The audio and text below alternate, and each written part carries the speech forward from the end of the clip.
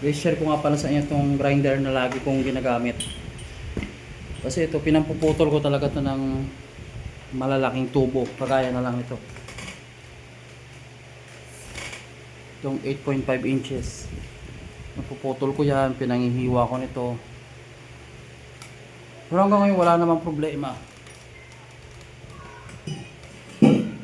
Kaya ngayon, bumili ulit ako ng bago. Titingnan ko kung okay siya.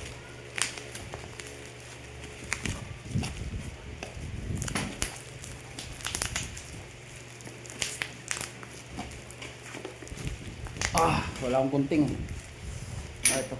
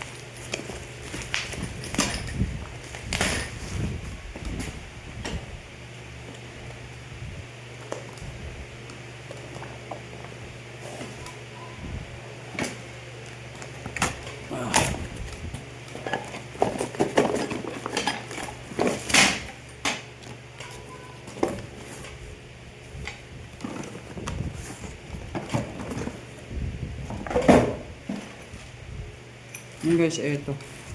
Mukhang okay naman siya, no?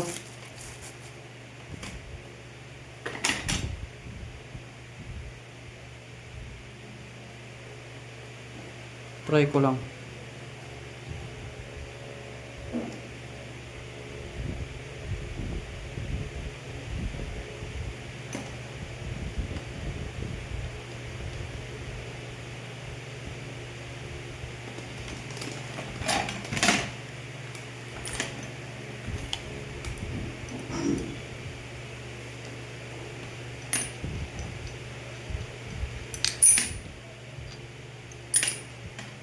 Ayan guys, so try ko lang kung okay. Kapag hahawakan nyo yung grinder, for safety purpose talaga, dapat mahigpit yan lagi, lalo na kung may bala na siya.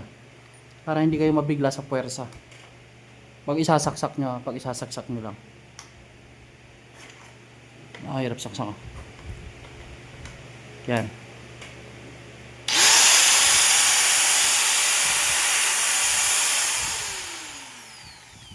Ganda guys, ang lakas ng pitikot ninyo.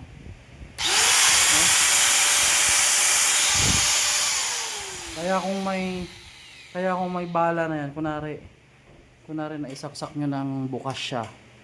Kunari, pang ano lang to, may tutorial lang ng konti. Kunari, bukas siya na, tapos may bala siya. Tapos hindi ka pa naglalagay ng ganito yung shield. Tingnan yung mangyayari kung hahawakan nyo lang hindi mahigpit.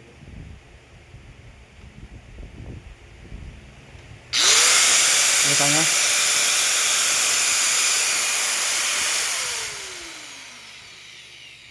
Kaya napakahalaga na once na isasaksak mo yung grinder, lagi mong gawing common practice na ihigpitan mo talaga pag hawak. Once na isasaksak mo siya. Yun lang guys, okay yung grinder, walang problema. Ito nga pala yung mga pre niya. So basic naman to, hindi natin iaano.